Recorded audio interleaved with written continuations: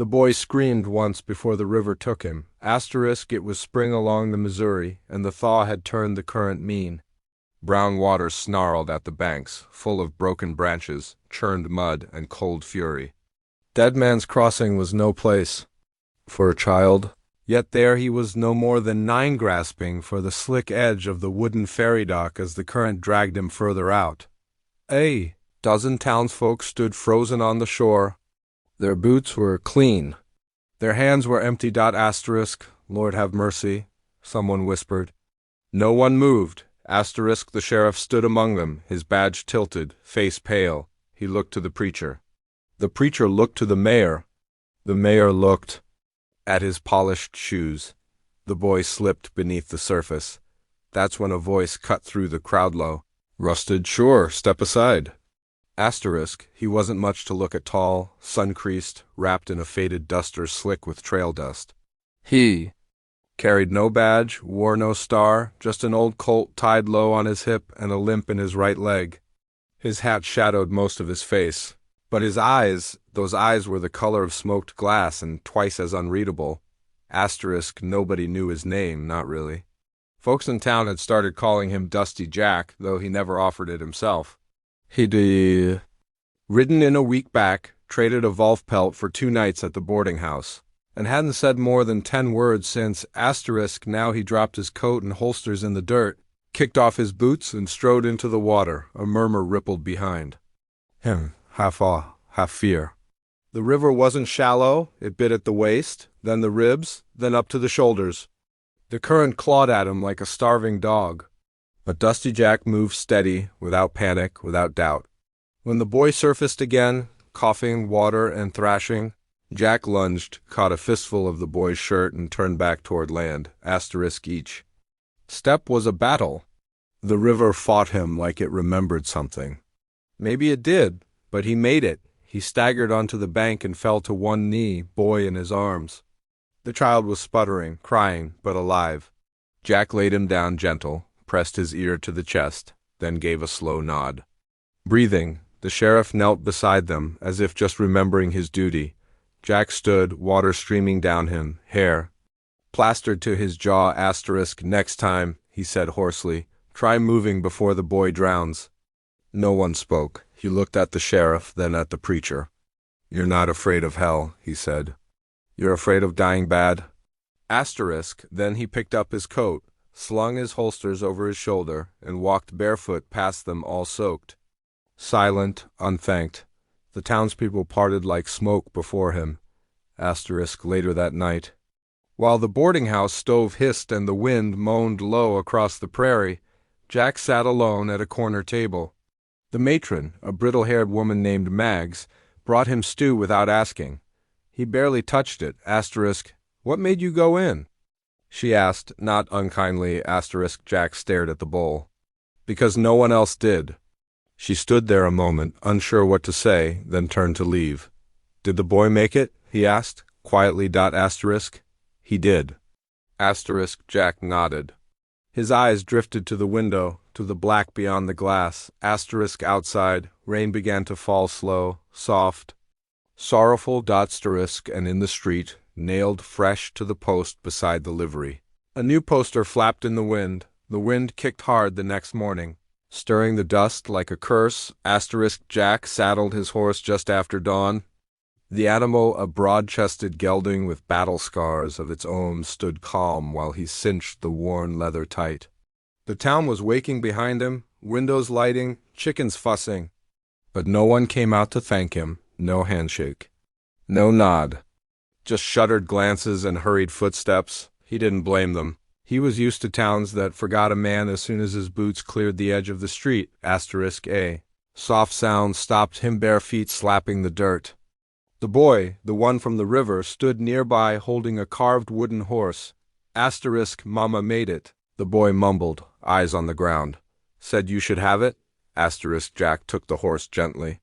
The carving was rough, uneven, but carried care in every notch. Asterisk, your mama brave? Jack asked. The boy nodded. Then she's worth more than gold. Asterisk, he tucked the carving into his saddlebag and tipped his hat. The boy watched him ride until the prairie swallowed him. By mid-morning, Jack had cleared the cottonwoods and entered scrubland. The sun bore down unkind, and the road forked near a rusting cattle fence. A dead crow hung from the wire warning. He took the south trail. He wasn't riding toward safety. He was riding toward him. Butcher McGraw, a name spoken quiet in border towns and louder near fresh graves. McGraw used to ride with Jack's unit back when Jack still wore a star. They'd hunted raiders and bank crew alike until one mission south of Wichita. That's where McGraw changed. Gold went missing. Witnesses burned. And Jack's partner, Marshal Vell, turned up with a bullet in the back. Asterisk the law pinned it on Jack. Said he vanished. But he hadn't run. He'd hunted McGraw for 7 years. Now word was he'd moved west through Tumbledown Ridge and into Dry Vulture. That town was dust, but its saloon had enough whiskey and women to keep killers fat and fed. Jack pressed on. The sky above him cruel and clear. By evening, his path led him to a canyon split. There, under a red mesa, a rider waited.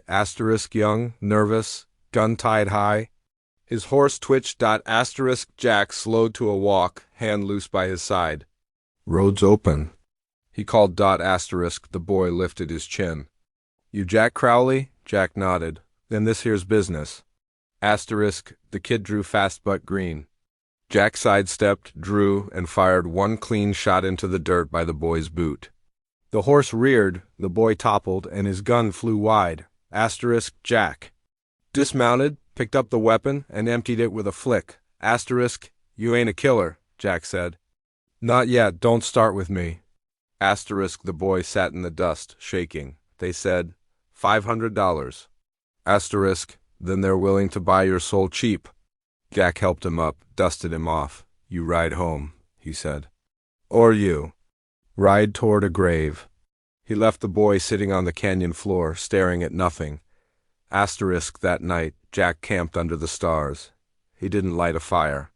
The moon gave enough light, and the prairie coyotes howled like restless ghosts.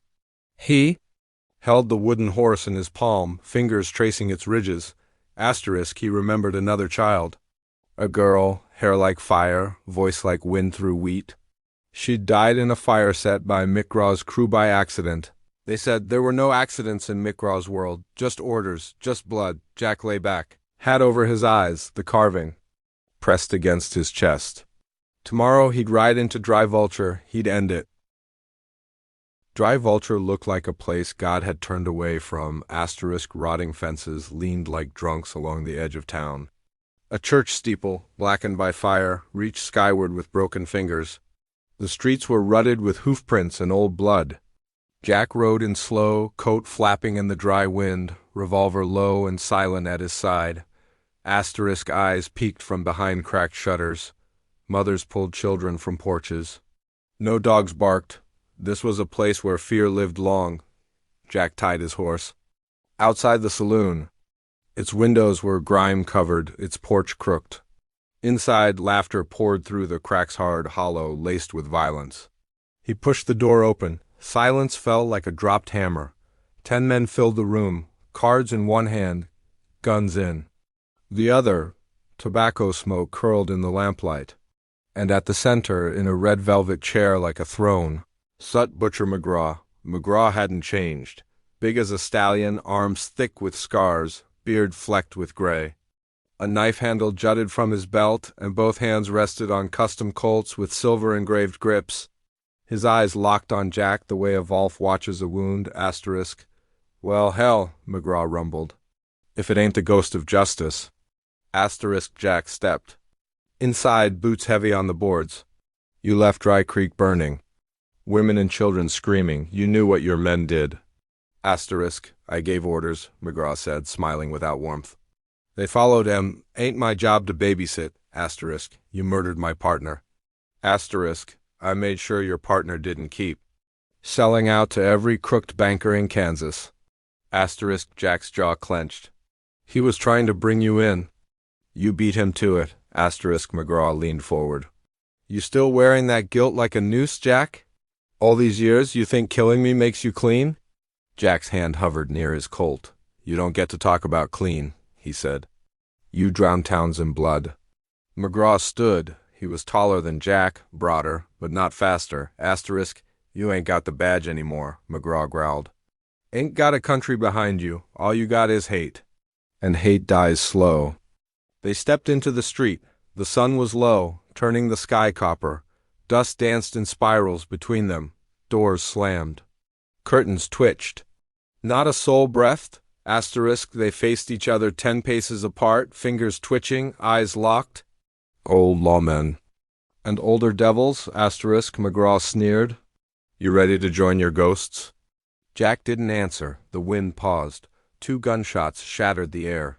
Jack's Colt fired once. Asterisk, McGraw's missed high, grazing Jack's shoulder, but Jack's bullet hit home right below the ribcage. McGraw staggered. Cursed, fired again. Jack ducked, rolled, fired twice more. The second shot tore through McGraw's thigh. He dropped to one knee. Asterisk, Jack stood over him now, chest heaving. You burned my past, Jack said, aiming. McGraw spat blood. And you're still chasing it, asterisk, Jack hesitated, just for a second. Then, asterisk, a scream tore from the side alley. One of McGraw's men, young, wide-eyed, charged with a rifle, asterisk, Jack pivoted and fired. The boy fell, rifle clattering to the dirt. McGraw reached for his knife. Jack turned back and fired the final shot. Asterisk, it cracked through the air like the end of a storm. Asterisk, McGraw slumped. Mouth open, knife dropping from limp fingers. Asterisk, the town stayed. Silent. For a long moment, all Jack heard was his breath, and the creak of his leather holster settling. Asterisk, he looked down at McGraw's body. The man who'd hunted mercy and sold fear, gone. Jack turned. No one clapped. No one cheered. But as he passed the saloon, an old man tipped his hat. A girl pressed her hand to the glass. Red dust rose behind him as he walked. The sun bled down over dry vulture. Asterisk, justice had come and left nothing behind but silence. Jack rode out of dry vulture before the sky had finished bleeding. Asterisk, behind him, the bodies still lay where they'd fallen. No bells tolled. No graves were dug. Butcher McGraw had ruled that town like a plague when he died. The sickness broke, but healing would come slow. Asterisk, Jack didn't wait for thanks. He never did. Asterisk, the road east was quiet, carved by wagon wheels and scattered with prairie grass. He rode with his coat torn, one sleeve soaked in blood, and his thoughts heavy as iron. His arm throbbed from the graze. But pain was familiar. It rode with him like a shadow that never tired. Asterisk, by dusk, he reached the edge of Dead Man's Crossing. Again, asterisk, the Missouri still churned. The same bitter brown. The same mournful song. The ferry dock swayed gently, planks creaking in rhythm with the current. It was all unchanged, and yet something in the air felt different. Asterisk, on the far bank, a lantern flickered. Jack tied his horse and crossed the water on foot, boots squelching in the mud. A small figure waded thin, pale, gripping something close. It was the boy. He stood. With the wooden horse Jack had returned to him days earlier, now whittled with new detail. A saddle, etched reins. A name carved into the belly, Dusty. Jack knelt beside him. You're supposed to be asleep, asterisk, the boy shrugged. Mama said. Heroes don't sleep, they ride. Asterisk, Jack huffed a dry breath. Ain't no hero, son. Just a man trying not to be the wrong kind. Asterisk, the boy held out the carving. I want you to have it, asterisk, Jack hesitated. Then took it with care, brushing a thumb across the name, asterisk, why? Asterisk, the boy looked out across the river. Because I heard. What you did, people say McGraw's gone. You made him stop hurting people. That makes you something. Jack studied the water, dark, deep, always moving. I used to think the world was built on justice, he murmured.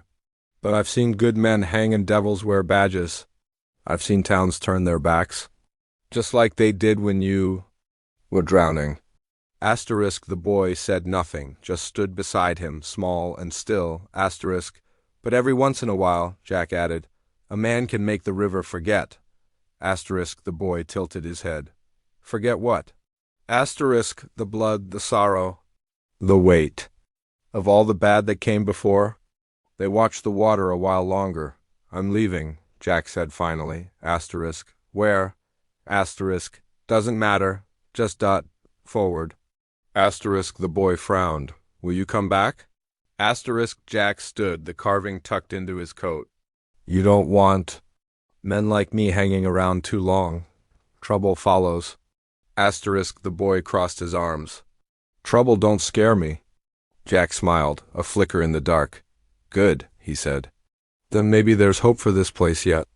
Asterisk. He turned and walked back toward his horse, the sound of his boots fading beneath the whisper of reeds and river. As he mounted, he looked back once. Asterisk. The boy was still there, lantern in hand, lighting up the edge of the water like it was holy. Asterisk. Jack tipped his hat, turned east, and rode on. Far behind him, the town would tell stories. Asterisk. About the drifter with a broken past and a steady gun. About how he pulled a boy from the river when no one else dared move. How he walked alone into the lion's den and brought a monster to his knees. Asterisk. But Jack Crowley wouldn't hear them. He didn't ride for stories. He rode for peace. Asterisk. The prairie stretched ahead, endless and golden in the fading light. Coyotes howled on the far ridge, and the sky bled violet and silver. Wind tugged at his coat, carried the scent of rain. Asterisk. Somewhere behind him, the river ran a little quieter. Asterisk. And as the stars blinked to life overhead, a lone rider vanished into the horizon, half ghost, half legend, fully man.